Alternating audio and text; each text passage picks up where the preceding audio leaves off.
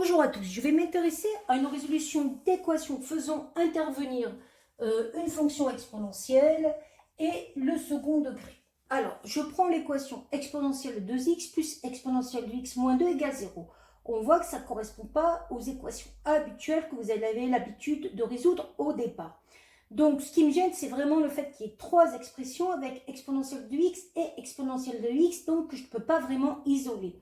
Je vais faire ce qu'on appelle un changement d'inconnu. Je vais écrire grand X égale exponentielle de x. Ça veut dire que grand X au carré va faire exponentielle de x au carré, exponentielle de x. Donc ce exponentielle de x ici, je vais remplacer par x au carré. Plus ce exponentielle x ici, je vais remplacer par grand X moins 2 égale 0. Et là, vous voyez que vous tombez sur une équation du second degré. Et d'ailleurs, ça doit vous faire penser un petit peu au cours du second degré, quand il y avait des équations avec des puissances 4, et qu'on essayait de trouver un moyen pour trouver l'inconnu grâce à une équation du second degré. Le A égale 1, le B égale 1, le C égale moins 2. Je calcule le delta, B carré moins 4AC, je vois qu'il est égal à 9. J'ai donc deux solutions, grand X1, grand X2, de cette équation-là. Moins B moins racine de delta sur 2A, moins B plus racine carrée de delta sur 2A. Donc quand je fais le calcul, je trouve moins 2 et 1. Et beaucoup d'entre vous, quelquefois, pensent que là, on a terminé, qu'on a trouvé les solutions de notre équation. Là, ce qu'on a trouvé, c'est les solutions de cette équation-là.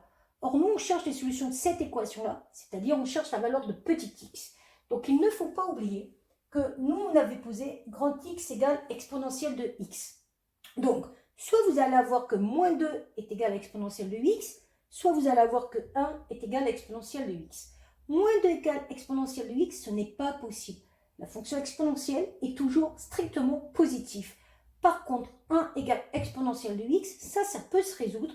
1, on l'écrit e puissance 0, donc e puissance 0 égale e puissance x, et ça permet de dire que puisque ces images sont égales, les antécédents sont égaux, donc x égale 0. La seule solution serait donc la valeur 0. Voilà.